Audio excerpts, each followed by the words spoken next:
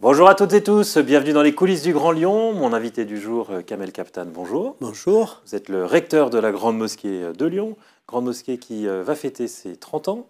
Et qu'est-ce que vous retenez de ces 30 ans? Oh, en 30 ans, effectivement, il s'est écoulé beaucoup de choses. D'abord, cette inauguration en 1994, de façon avec un ministre de la République qui vient pour inaugurer la Grande Mosquée, ce qui lui permet de dire, effectivement, de parler de l'islam de France. C'est la première fois que ce mot a été utilisé pour manifester l'intérêt que l'État avait pour la constitution d'un islam qui soit... Et c'est quel ministre qui prononce cette phrase? C'était Charles Pasqua, effectivement, qui était venu inaugurer la mosquée et qui, effectivement, parlait de la vision que pouvait avoir d'un islam, effectivement, qui se pérennisait en France, qui n'était pas un islam de passage, mais c'est un islam de citoyens, puisque grande partie des fidèles des mosquées sont aussi des citoyens français. Donc, à partir de là, c'est devient effectivement un islam, une religion française au même titre que les autres. C'était cela, l'objectif, c'était de faire que cette situation se passe de cette façon-là. Alors si on se replonge à l'époque, le grand artisan de la construction de la Grande Mosquée, c'est Michel Noir, le maire de Lyon. Bien sûr, Michel Noir a été effectivement celui qui a concrétisé, je dirais, le projet, puisque ce projet date de très longtemps, puisque déjà dans les Francisque Colomb. Dans les années 70, c'est l'Église catholique qui a été à l'origine, qui a aidé la construction le cardinal Renard, qui était effectivement, s'était ému de la demande qui était faite aux églises par des gens qui venaient demander est-ce que vous pouvez nous prêter une salle pour pouvoir exercer notre culte. Et beaucoup de mosquées ont trouvé refuge dans des églises ou dans des lieux qui ont été mis à disposition par les églises. Ce qui montrait déjà qu'il y avait une certaine solidarité qui s'établissait entre les fidèles. Et effectivement, c'est le cardinal Renard qui avait fait déjà la demande du temps de Louis Pradel, donc ça remonte bien longtemps de cela. Donc ce qui fait que c'est déjà la solidarité qui s'exprimait entre les différentes religions, le respect qu'elles produisaient les unes par rapport aux autres. Et ça, je pense, c'était un élément important. Louis Pradel donc, est décédé, c'est Francis Colomb qui reprend effectivement le dossier et qui le mène jusqu'à un moment où le dossier, le permis de construire, le terrain a été donné par un bail amphithéotique de 99 ans. Le permis de construire a été donné et quelques mois après, il a été annulé par le tribunal administratif. C'était la première fois qu'effectivement, on avait en face de nous des gens qui s'opposaient à la construction de la mosquée. Et depuis, effectivement... Oui, il faut donner le contexte de l'époque. Tout ne s'est pas fait dans le consensus. Il y a eu des manifestations dans le quartier contre la construction et même Jean-Marie Le Pen qui est venu sur place. Oui, qui est venu à Lyon pour s'opposer.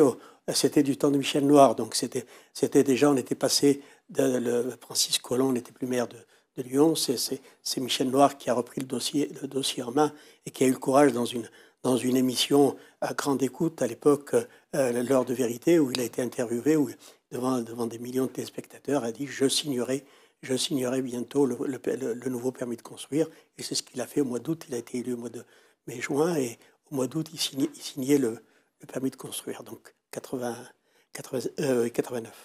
Vous avez parlé de l'émergence d'un islam de France à partir de la construction de cette grande mosquée. C'est toujours un sujet 30 ans plus tard.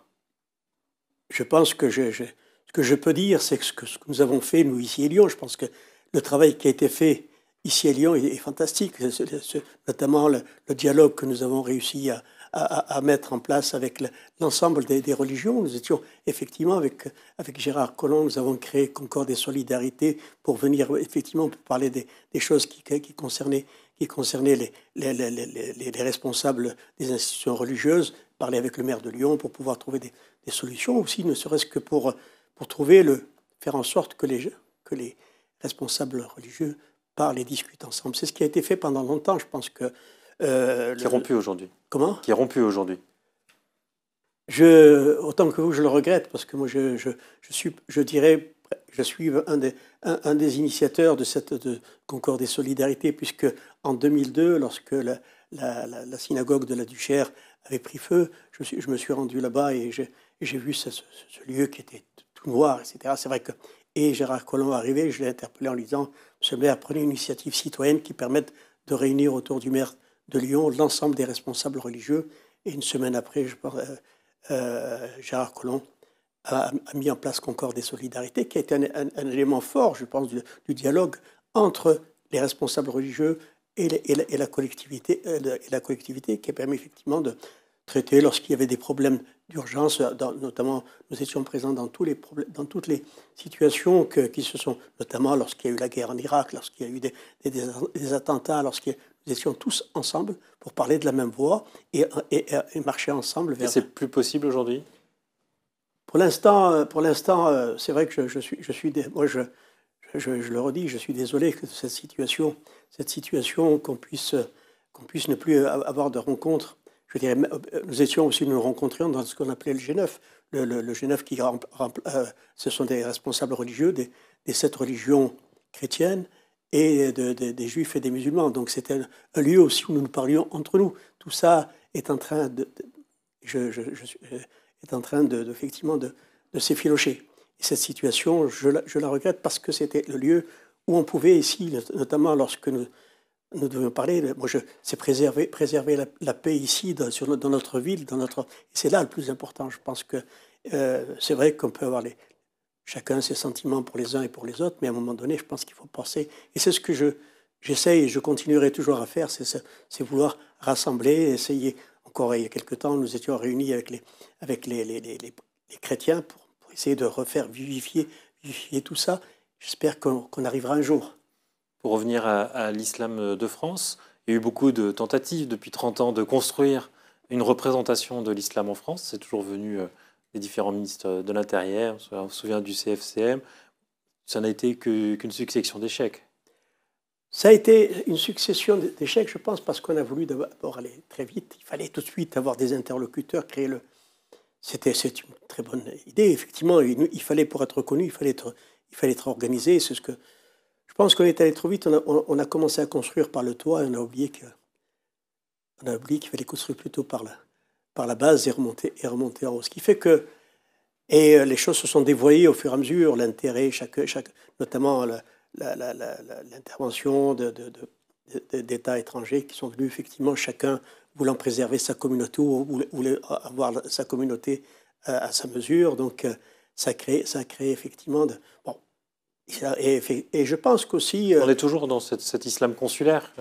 L'islam consulaire, je pense qu'effectivement maintenant, depuis le vote de la loi CRPR, qui a été votée en 2022, là, qui a été appliquée le 1er janvier 2023, c'est vrai que les choses ont été clarifiées. Effectivement, plus de soutien étranger, tout l'argent qui venait d'étrangers devait être déclaré, etc.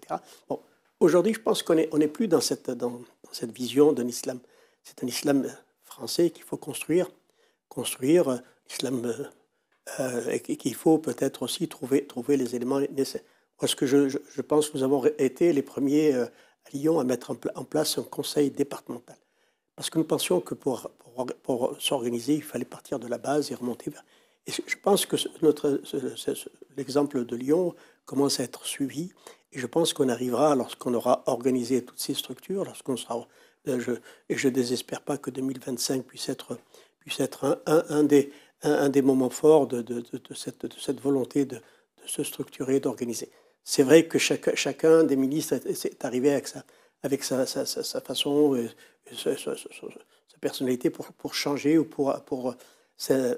mais les choses, tant qu'elles ne seront pas réglées à la base, parce que nous sommes plus près du maire de notre ville, du préfet de notre ville, que du président de la République ou du ministre de l'Intérieur. Donc il faut s'organiser. Organisons-nous d'abord ici. C'est ce que dans la région, il y a sur la région Rhône-Alpes, il y a déjà 7 conseils qui se sont constitués.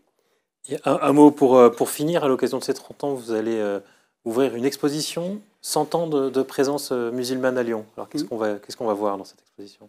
C'est vrai que la première fois qu'un musulman est venu à Lyon, c'est l'émir Abdelkader,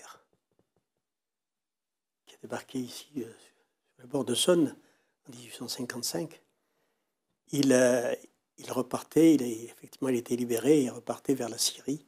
Et donc, en bateau, il est arrivé. Il est arrivé le jour où on plaçait la Vierge Marie sur la cathédrale de Fourvière. Donc, c'était un moment important. Effectivement, il a été accueilli avec les honneurs qui étaient. Ensuite, ce sont les premiers musulmans qui sont arrivés pour se battre en 14-18.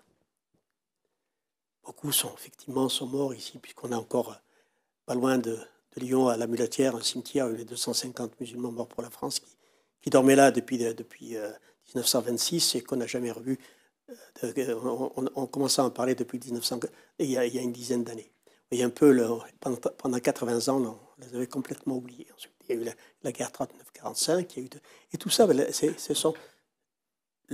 on parlera aussi effectivement que la région de Lyon, Oulin, Écully ont été libérés par les tirailleurs algériens et les tirailleurs marocains. Donc il y a eu effectivement cette histoire qu'on ne peut pas oublier. Il y a eu effectivement la guerre d'Algérie, il y a eu un certain nombre de... Il y a eu les rencontres en 39-45 par exemple, il y a eu des Algériens qui ont été dans la résistance. Et il y a même qui ont été déportés. Donc tout ça, c'est cette histoire-là qu'il faut peut-être... On n'est pas là par l'effet du hasard. C'est l'histoire qui fait que nous sommes là, que nous avons un passé commun qui va nous permettre aujourd'hui la construction de la mosquée de Lyon. Ça, c'est pas fait parce qu'il y a eu des demandes qui ont été faites déjà en 1933. Il y a eu une demande pour avoir une mosquée ici. Le maire de Lyon à l'époque et le préfet étaient d'accord, et c'est au ministère de l'Intérieur qu'on a bloqué la chose. Vous voyez un peu que les choses... Il a fallu 60 ans pour que la mosquée de Lyon... Il a fallu une grande bagarre, et vous avez été témoin d'un certain nombre de ces situations, nous avons vécu, mais je ne dis pas on a réussi à convaincre. Et c'est cette conviction qu'on a mis dans le projet pour qu'il puisse voir le jour. On n'a pas fait...